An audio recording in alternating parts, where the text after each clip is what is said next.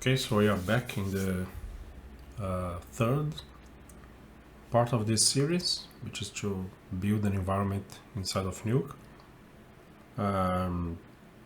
Like I said multiple times, this is an exercise to first to break that fear of building stuff inside of Nuke, to building, what some will call like a matte paint or something. I had to build a background for a show recently, and that put me very outside of my comfort zone. But I said, yeah, let's do it. I was lucky enough to have a very cool supervisor who was willing to risk, and this was intended to be initially a matte paint task, and we had like 27 shots or 37 shots, something like that, in the same sequence, and he was afraid of matte paint not being able to have the perspective changes working well, given the time we had to build the whole stuff. I don't think they had a lot of time with the matte paint to develop it. So instead, he chose to ask me to build an environment like in Nuke to be migrated to other shots in the same sequence. It was a very cool experience because like I said, it was very far from my comfort zone, and this is the third video of the series. I did the first one that I was working for a couple of hours, like having fun at home. That I do this kind of stuff often. Then I decided to publish it, and it got a very good response. The video that it's sped up by 800%, I believe, or something like that. So it's really going fast. But I think people mostly want to know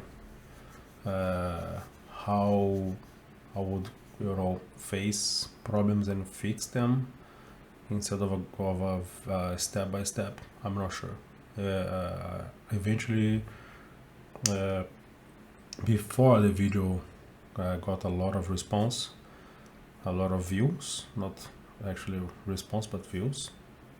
It shows that people are looking for this kind of content.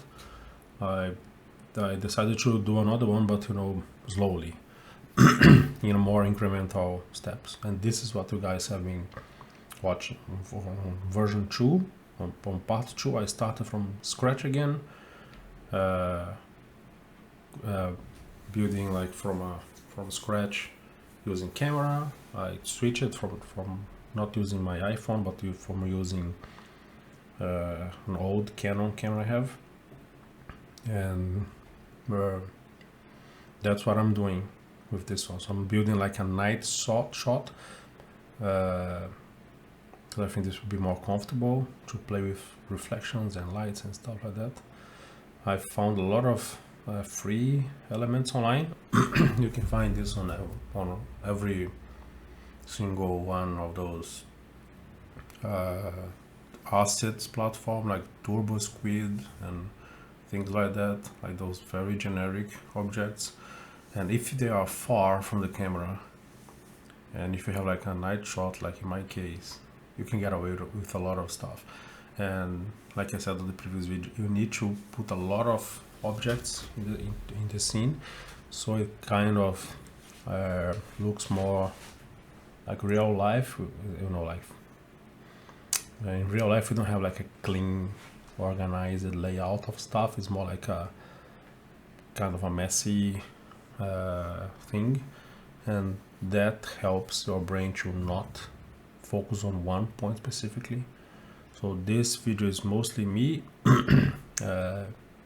using these new objects I've got to build like an environment and moving them in a way, seeing how it looks, changing back, switching sides, and it's very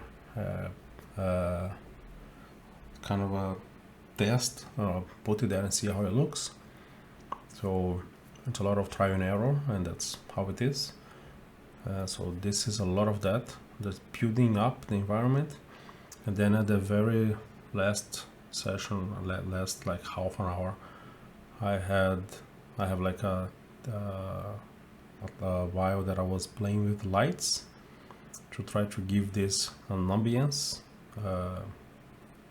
kind of trying to give this more level of like a dark and night feeling of it, which totally works.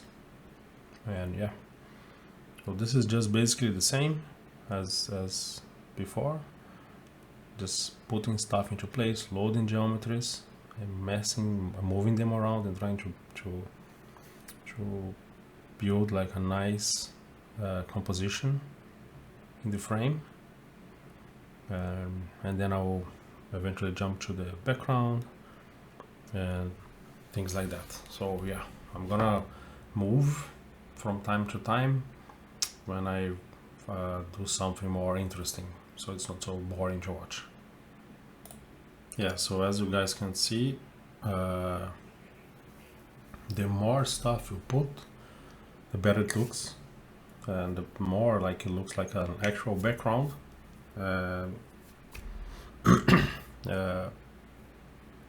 This is a very good exercise on how to building a complicated script full of geometries, how to make it light, because you will have to do it. You have to find a way to make it not crash and be light enough. And you find ways to do stuff that is not in the 3D environment. Like if you need to light and make that little tower in the back brighter, we can just take it out of the main scene, put a light just on it, and comp it back into place using dip from the main scene. So I'm gonna go through all of these steps on how to make it as light as possible. Obviously, I do have an okay computer.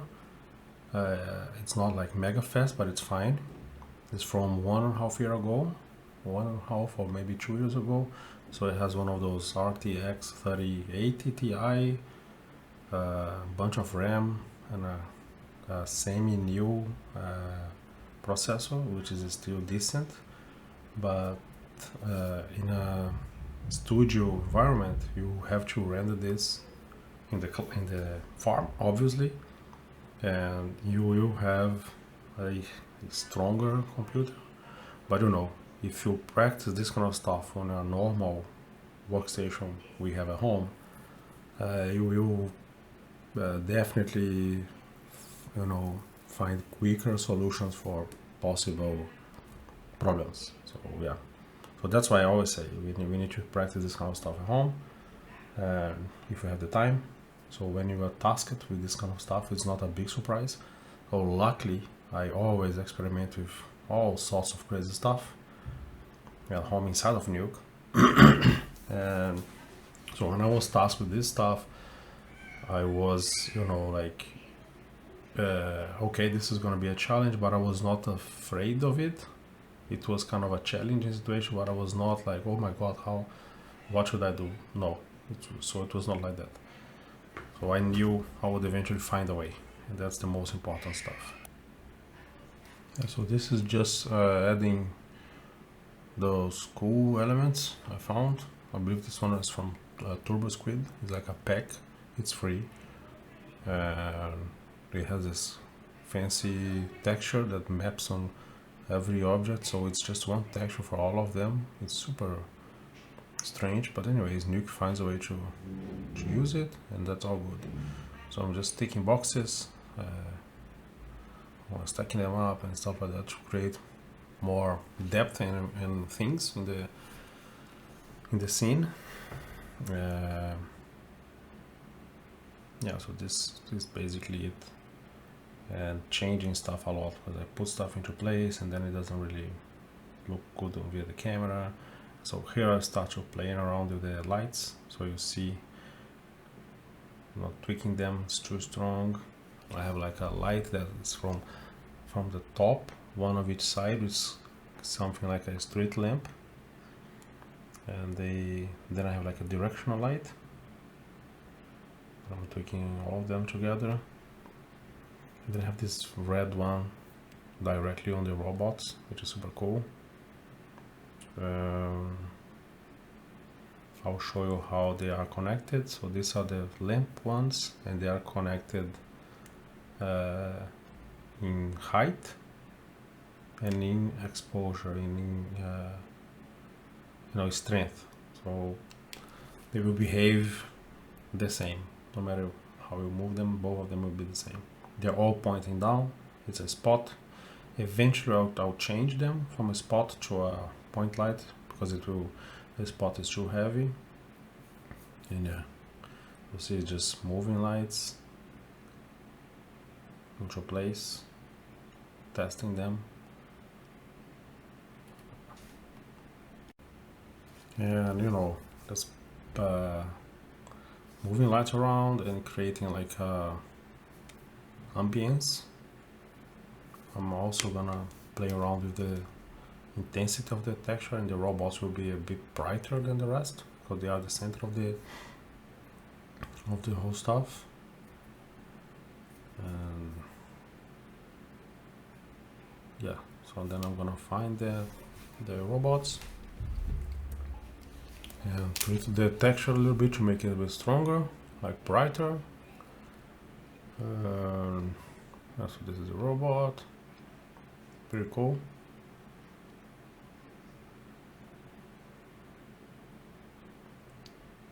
And now just link so they have the same brightness. So this is how it is, and then I'll make it a bit stronger. Let's see. Yeah.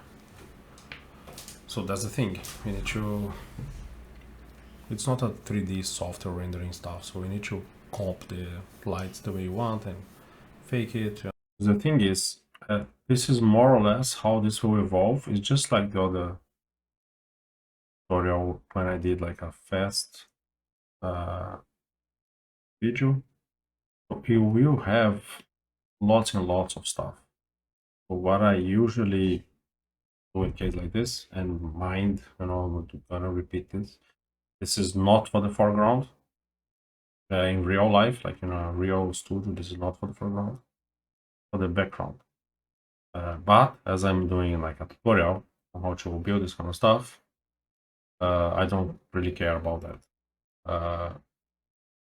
But what I'm doing here is the full environment, which still it's a nice exercise in layouting and designing the shot. I think it's really good, and it's a really good thing to train your head to design stuff and layout shot and play with lights. If you are on your own workstation, you need to be mindful because it will get very, very heavy very quickly. But for the background, man, it really, really works. And in this case, what I did is I added a bunch of, like a summary of what I did today. I added a bunch of geometries, new geometries. Put on the light, yeah. Yeah. So I added like a bunch of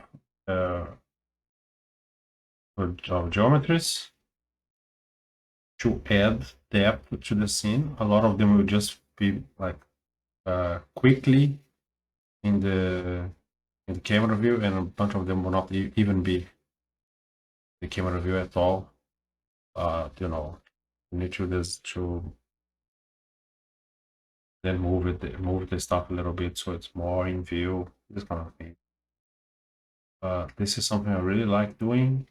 It's a really cool stuff. And if you are on a studio environment and you can send renders to the farm, this is 100% doable. I'm just gonna change this mountain. I think it should be a bit bigger behind. This place here.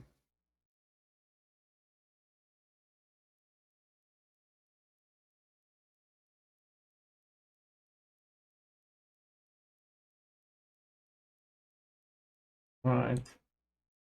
But yeah, the first section of this video I did like a bit quickly again. A lot of people seem to like the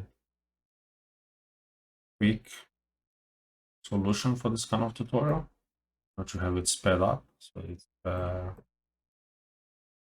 you can see it moving quickly instead of like a real time stuff. This is geo. And here is the precise case scenario to why do this kind of stuff and test this kind of stuff at home. I was trying to apply a displacement to this geometry that I downloaded somewhere. It's like a terrain, their own geometry with its own texture, and nothing was working. So what I did eventually was to put a card and test it on a card, and then lo and behold, obviously the card would work. So the geo itself was not able to displace for some reason. I don't know. But anyways, this is precisely the case of why you should study this kind of stuff by yourself first. Yeah, so it was a crazy bug. Hey, great. Wild.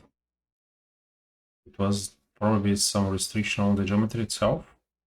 It was downloaded from the World Wide Web stuff. May happen. Right.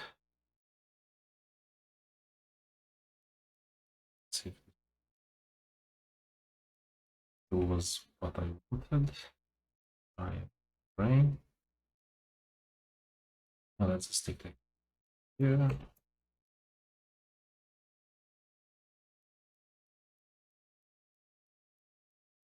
Pretty cool stuff. Okay, let's down.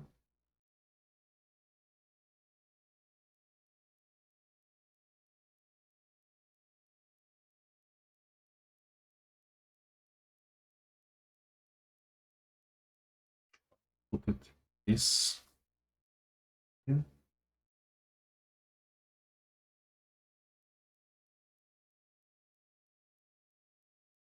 Camera.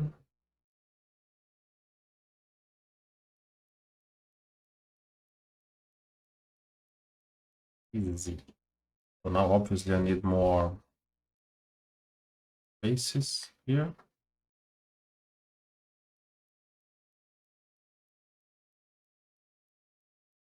Calculating. My face is too rough.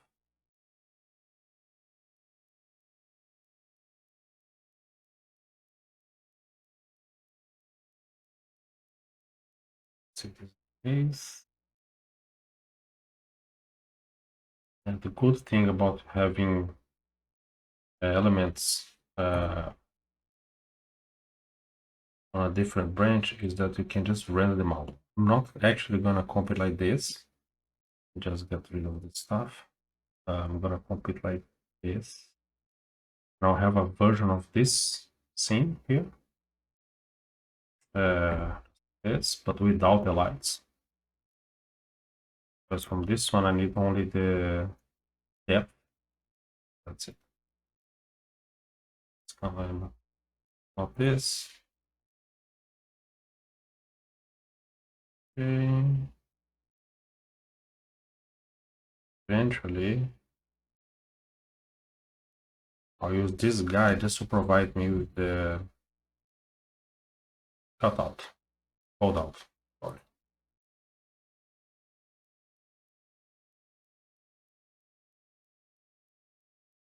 Right. Yeah. And now I need to experiment with building the background. Yeah.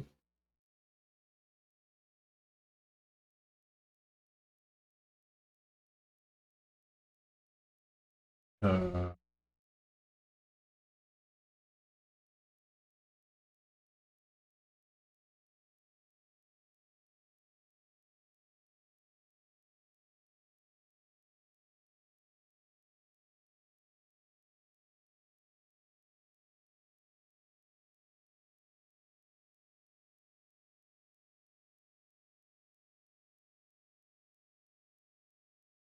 okay. To put balance here. This guy, so that one is crazy value. See. Yeah.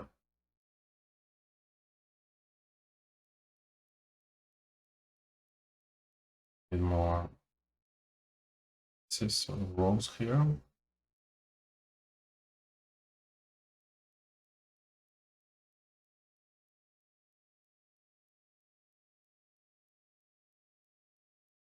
Starting to look cool.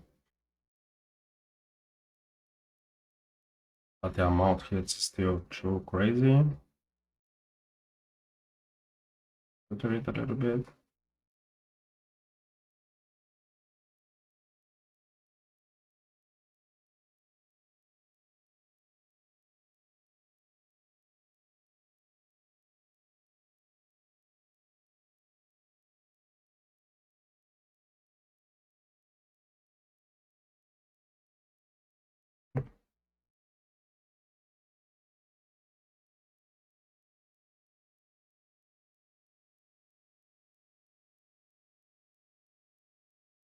Almost working. Something like this. To blur this guy a little bit more.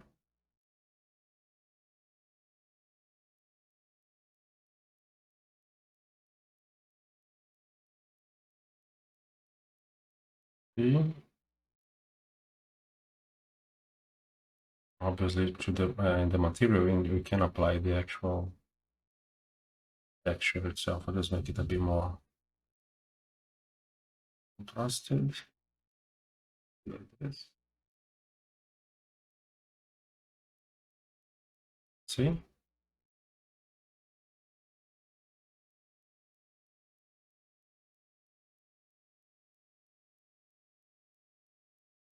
Much filtered. Yes. Yeah.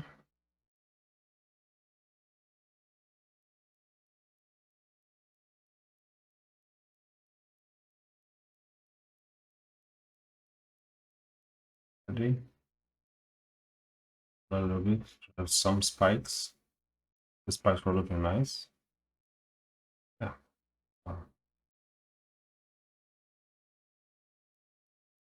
Okay. Still a bit too strange. Okay.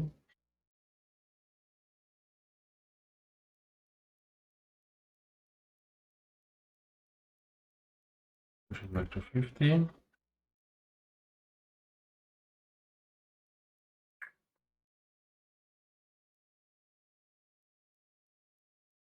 Saving the render view.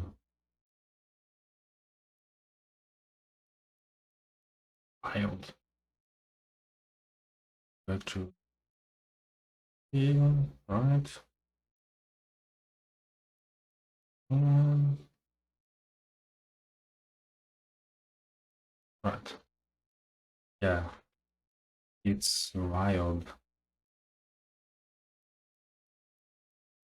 But it's rendering quite fast, which means we can improve the quality a little bit. See?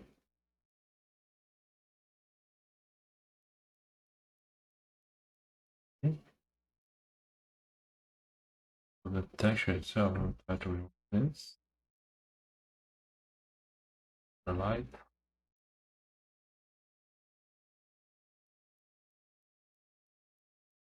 Now it's a matter of balancing. So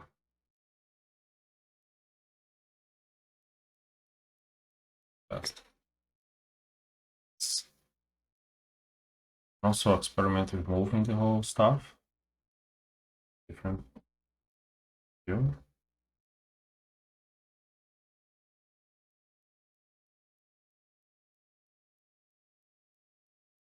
Let's try to take this big little mountain here.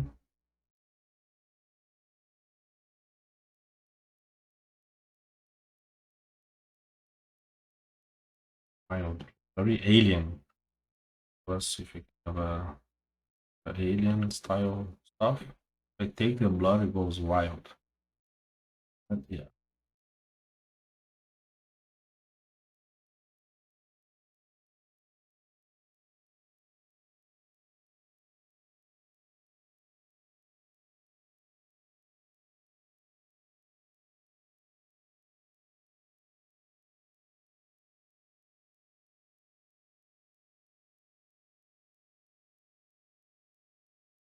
Let's see.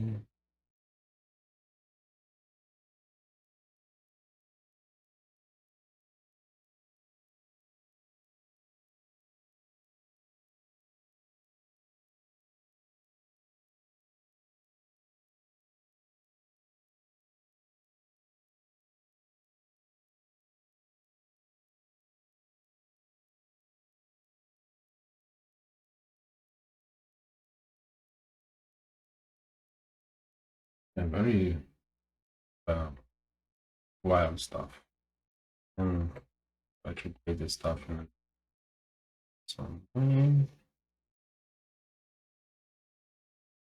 or brown.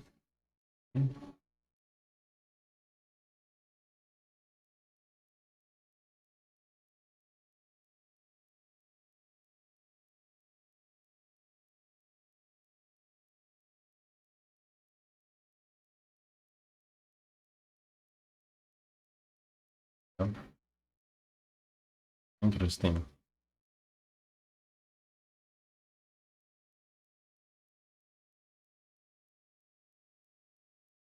And we can just stick this guy under.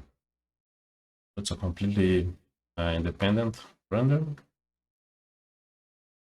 That's the idea.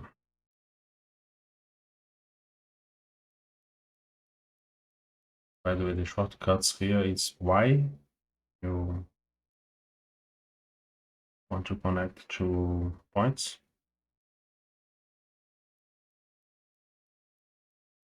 So that's the plan. The color is very strange. Reduce contrast, all that stuff. Or even saturate. Okay.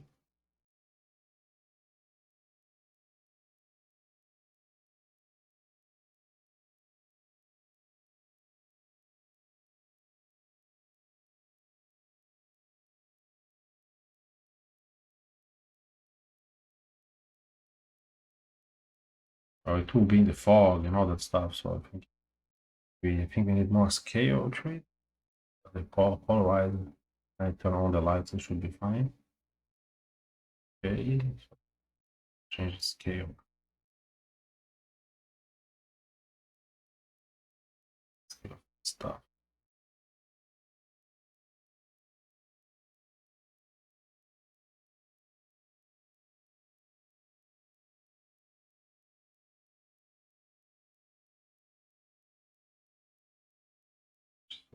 This.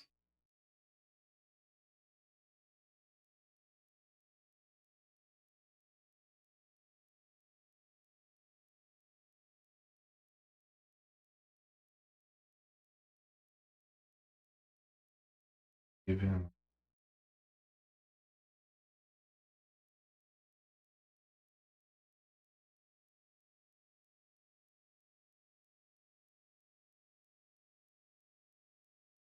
try the.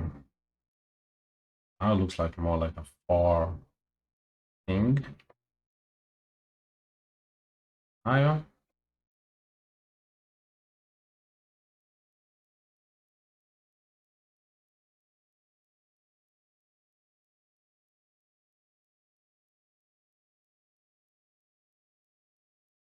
The background itself, best is it?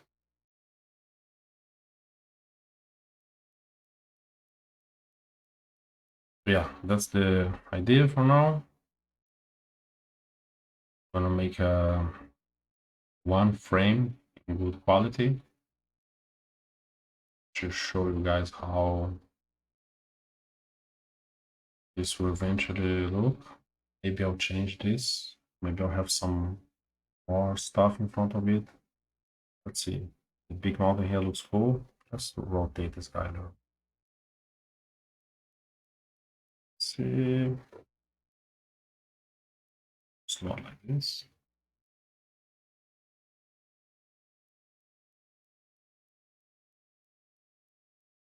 Section.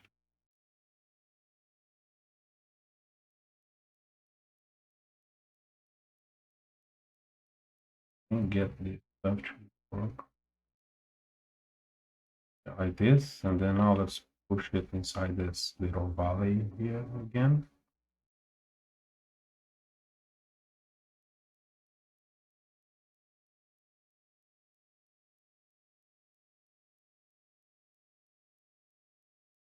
See. Cool. Right. Render. So show you how what happens. The number one guy that will make this heavy are the lights, as everyone probably guessed. So I would even do like this on all of them. When you have them the position locked, then you're happy. I would use the GUI expression here to not even show them you are working, so you don't accidentally look at the scene with the lights on, and then it will take a while to process. As soon as you're happy to do this, all the other times you need this scene to hold out something, to whatever, to make blinking lights, for example, these are all static lights. Eventually you can have like blinking lights in the distance or something. I would push pull a branch of the same scene without these lights. If you have a transform at the bottom like I do here, fixing scale and so on, just copy this guy, pull the branch on the side, do your blinking lights over a white material, because you can apply it like this. Let me show you what I mean. So if we have this little guy here, and this, let's see, this would be the blinking lights setup. This is already cloned, so it will do exactly the same as the other one. And here you can apply a single material to all your scene. React how I am, yeah. So let's take it here, then even use this guy and the and you also can have this to make it more smart. Have this here.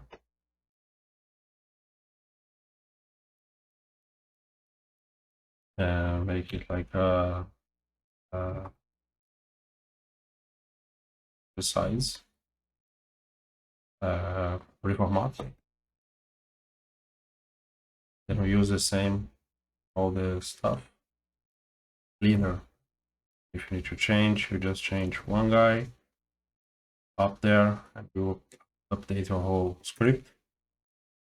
Yeah, so obviously there's several things to make it cleaner. The idea of this series is basically to break fears of people building this kind of stuff in Nuke.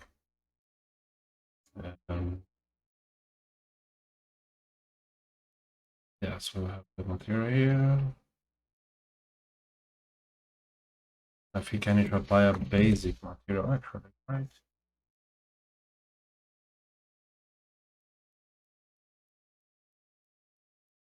So, but anyways, this will do what we need. You want to have blinking lights here. Let's say you want. Let's say you want to have blinking lights on this scene. You can have them on the side. So if you go inside of your white scene,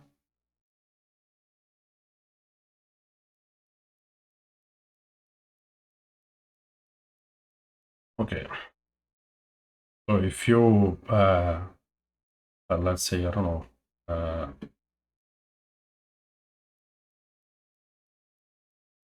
going to have this light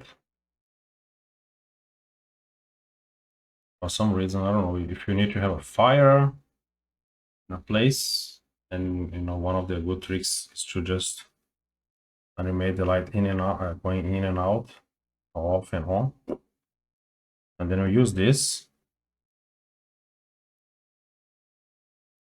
It's not applying it here.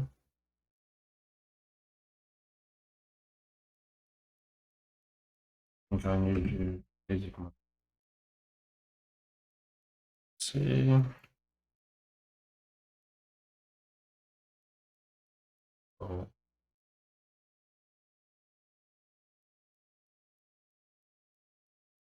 exactly.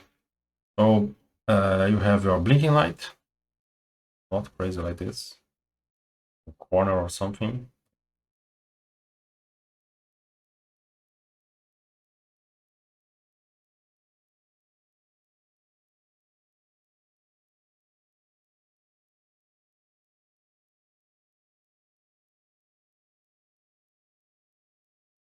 Yeah, whatever.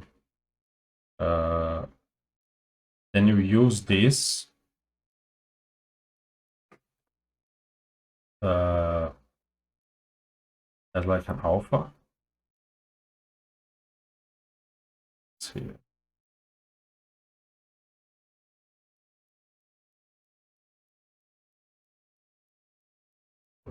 Let's say it will be blinking here for some reason. Be much more strong than this. Great. And then you have it blinking. Then you just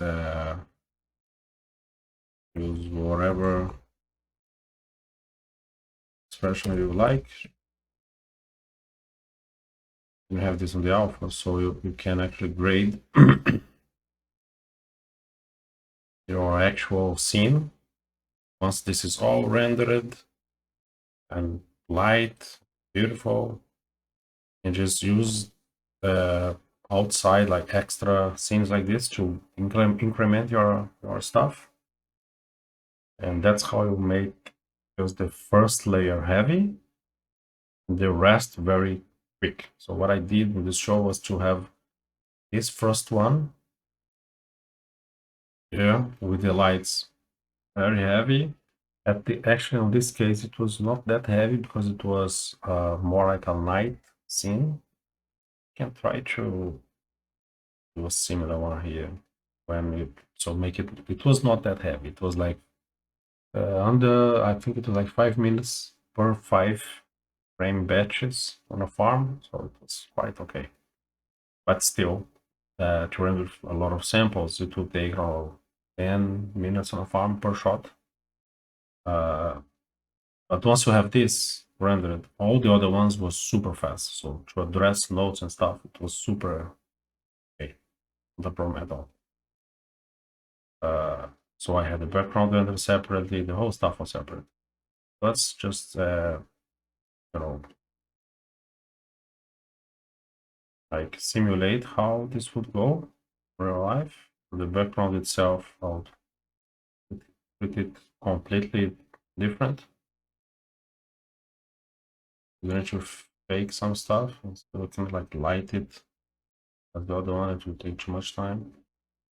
And then once you are fine, you need to make some blinking lights. I have like a section of only blinking lights.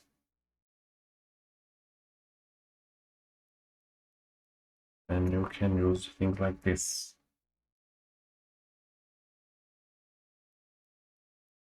If that light is animated, you go from 0 to whatever.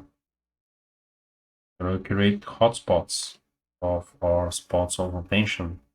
Let me try to show how this would go. But you guys need to test this, of course, by yourselves to see. Oh, these ones are on the bottom here. They will be a bit heavier. The red ones on them.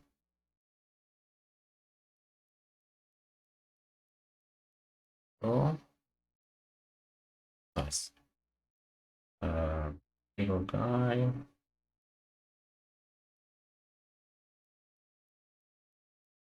I'll try to do it all live, and let's hope my computer doesn't burn and crash. So far it's holding.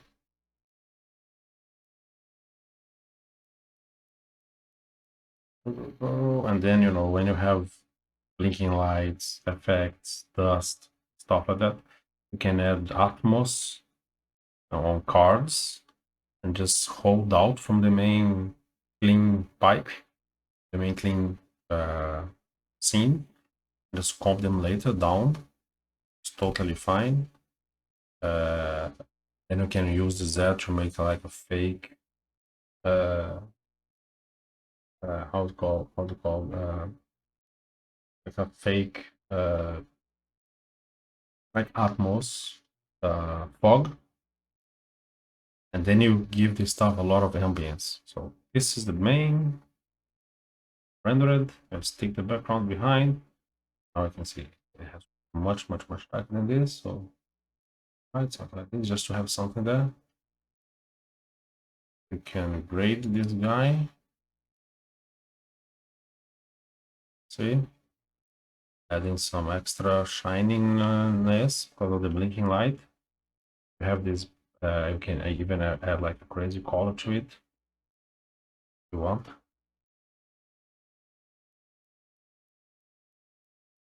On the robot itself, it's shining super nice. Oh wait, it's calculating the whole stuff. Okay. So this will give you a lot of ambience, this kind of stuff. And let's have the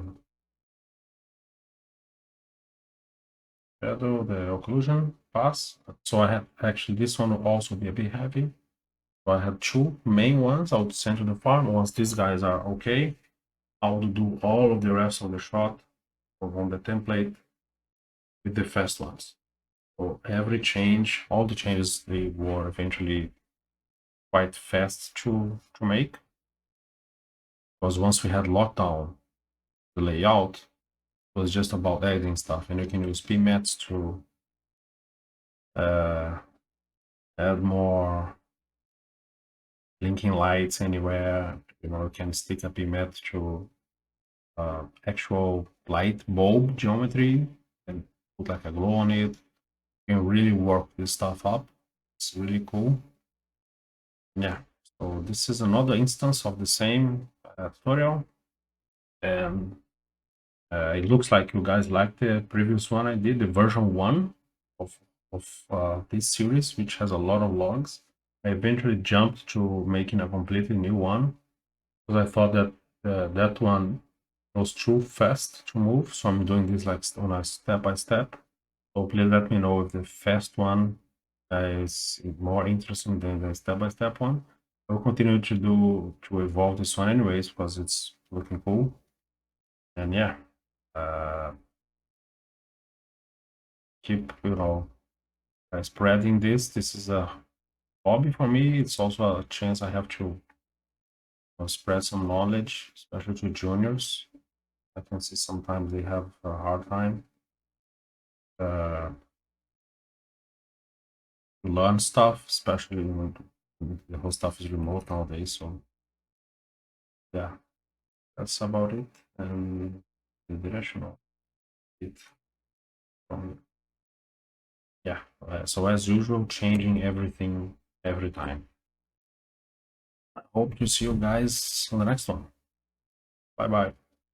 I will just wait to see the result of this crazy change. Let's see, it's not so bad, so big. So this in real life will get really big. And then we have a main hook of lights. Then I have the blinking lights, the ambient occlusion, main branch, background, and then here I would have effects like fire, smoke. You can even on the very bottom when you finish all this cool stuff, you can add particle systems, debris flying around, stuff like that, and just pull the clean scene to get the deep, stick it all there. So this will be pretty cool. But I hope to see you guys on the next one.